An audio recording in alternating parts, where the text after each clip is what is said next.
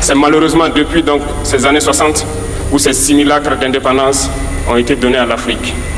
Ils n'ont juste fait que placer des valets locaux à la tête, selon eux, de leur sous-préfecture pour pouvoir continuer à les alimenter. Ces valets locaux que nous allons qualifier aujourd'hui d'esclaves de salon. Ils volent, ils pillent nos États. Ce sont des individus qui n'ont aucune dignité, qui n'ont aucune morale, qui n'ont aucune personnalité. Mais le maître esclave a toujours su identifier ces individus. Ils sont toujours prêts à trahir leurs frères pour satisfaire le maître. Ils nous ont trahis depuis l'indépendance et d'autres continuent jusqu'à aujourd'hui à nous trahir au profit de leur maître. Bienvenue sur notre chaîne. Aujourd'hui, nous vous présentons un moment historique pour l'Afrique, le premier sommet de l'Alliance des États du Sahel, l'AES. Un événement qui marque un tournant décisif pour le Burkina Faso, le Mali et le Niger. Attachez vos ceintures, car nous allons plonger dans le discours percutant et sans filtre d'Ibrahim Traoré, leader visionnaire de cette nouvelle confédération. Restez avec nous, vous ne voudrez pas manquer ça. Introduction et gratitude. Le 6 juillet 2024, à Niamey, Ibrahim Traoré a pris la parole pour adresser un message fort et poignant. D'entrée de jeu, il remercie Dieu et rend hommage au peuple nigérien pour son accueil chaleureux et sa résilience face aux défis. Il souligne une fraternité indéfectible entre les nations du Sahel, unies par un sang commun de guerriers et de résistants. Donc grâce à Dieu qui a permis donc que ce jour soit. Nous lui disons merci pour tout ce qu'il a pu faire pour nous jusqu'à aujourd'hui et tout ce qu'il fera pour les peuples de l'AES. Vous êtes plus que des amis, vous êtes plus que des voisins. Vous êtes nos frères, vous êtes nos sœurs. Parce que la fraternité va au-delà de l'amitié ou du voisinage. Nous avons le même sang qui coule dans nos veines.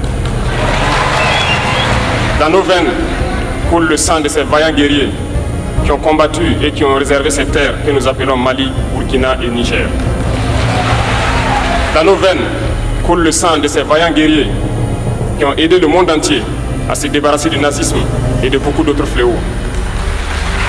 Dans nos veines coule le sang de ces vaillants guerriers qui ont été déportés d'Afrique vers l'Europe, l'Amérique, l'Asie ou je ne sais encore, et qui ont contribué à construire ces États pendant l'esclavage. Critique des impérialistes. Traoré n'hésite pas à critiquer ouvertement les impérialistes et leurs valets locaux.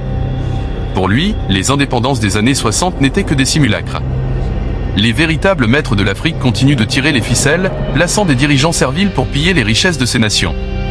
Ces esclaves de salon, comme ils les appellent, trahissent leur propre peuple pour satisfaire leurs maîtres étrangers. Ressortissants de l'AES. L'Afrique, ce continent qui a tant souffert et qui continue de souffrir, du fait des impérialistes. Ces impérialistes n'ont qu'un seul cliché en tête. L'Afrique est l'empire des esclaves. C'est comme ça qu'ils voient l'Afrique. Ils n'ont jamais pu changer de logiciel jusqu'à aujourd'hui. C'est déplorable.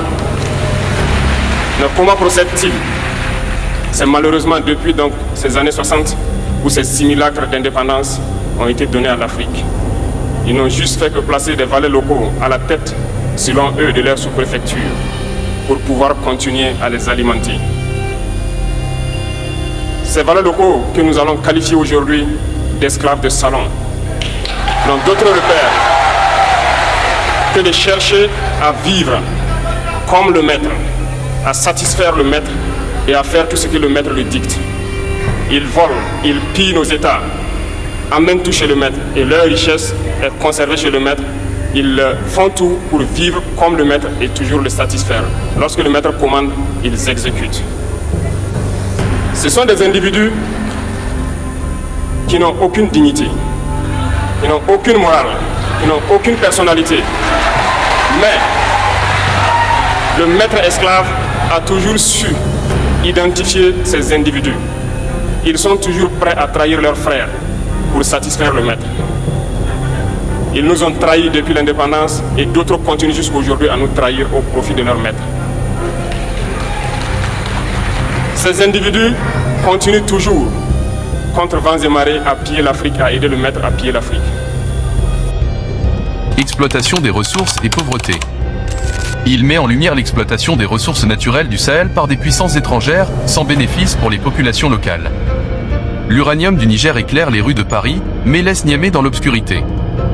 Leur sol regorge d'or, mais les infrastructures de base font cruellement défaut. C'est cette injustice qui alimente la révolte des peuples du Sahel, déterminés à prendre en main leur destin. Ils se plaisent à le dire chaque année dans leur sondage économique.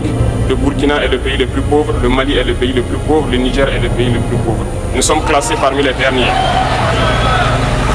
Très bien, si nous sommes aussi pauvres qu'ils le disent, mais quand est venu le moment de prendre nos responsabilités, nous avons demandé à ces maîtres de quitter les lieux. Pourquoi ne veulent-ils pas partir? Lorsque nous prenons le cas du Niger, depuis plus de 40 ans, certains pays exploitent l'uranium pour produire de l'énergie chez eux. D'Ottawa jusqu'à Paris, les rues sont illuminées, c'est la lumière. Mais au Niger, c'est l'obscurité qui nous est servie. Lorsque vous partez dans nos États, nos sols sont troués de toutes parts pour rechercher les métaux précieux, tels que l'or. Mais souvent, il n'y a même pas la moindre route accessible pour atteindre les zones où ils exploitent l'or, encore moins certains services sociaux de base. Révolte et prise de contrôle. Le discours prend une tournure encore plus puissante lorsque Traoré parle de l'indépendance réelle et de la liberté. Il rejette les concepts de démocratie et de droits de l'homme imposés par les puissances occidentales et appelle à une lutte sans merci contre ceux qui oseraient s'en prendre aux nations de l'AES. Voilà pourquoi nous avons décidé de nous révolter et de prendre le destin de nos pays en main.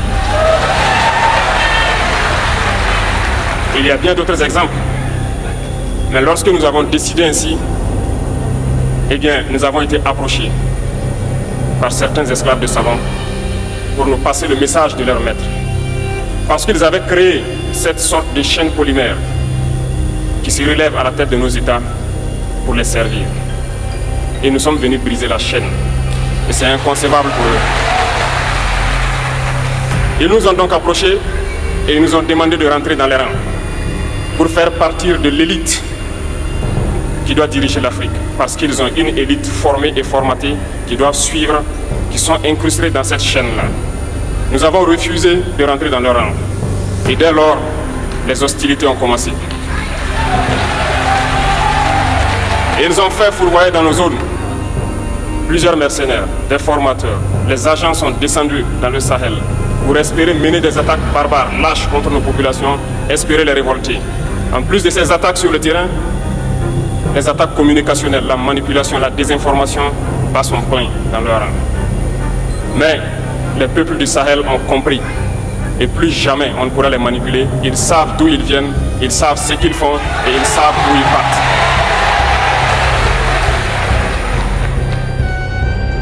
Détermination pour une véritable indépendance. Ibrahim Traoré réaffirme leur engagement pour une indépendance réelle, loin des concepts imposés de démocratie, liberté et droits de l'homme, qu'ils jugent instrumentalisés par les puissances étrangères.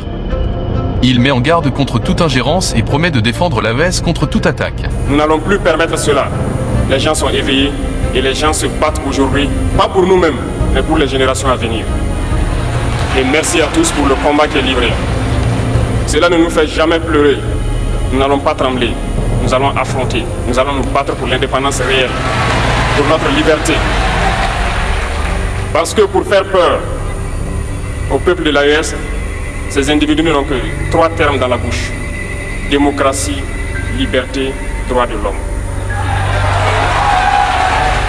Bien sûr, leurs valets locaux ne sont élus que dans un processus démocratique, libre et transparent selon eux leurs valeurs. Quoi de plus normal qu'on veuille nous imposer cela, parce que c'est eux qui édictent les règles. Très bien. Nous avons décidé de nous assumer. Voilà pourquoi un 26 juillet 2023, lorsque le Niger a décidé de tourner la page, les esclaves de salon et leurs maîtres sont montés sur les grands chevaux. Ils ont mis leurs valets locaux en avant et ont décidé de mener une guerre contre le peuple nigérien. Nous avons donc dit, quiconque osera s'en prendre au Niger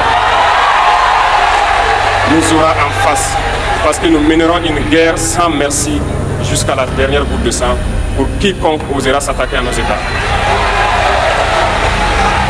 Cette parole, Cette décision que nous avons eue hier est d'actualité aujourd'hui et sera d'actualité demain et pour toujours.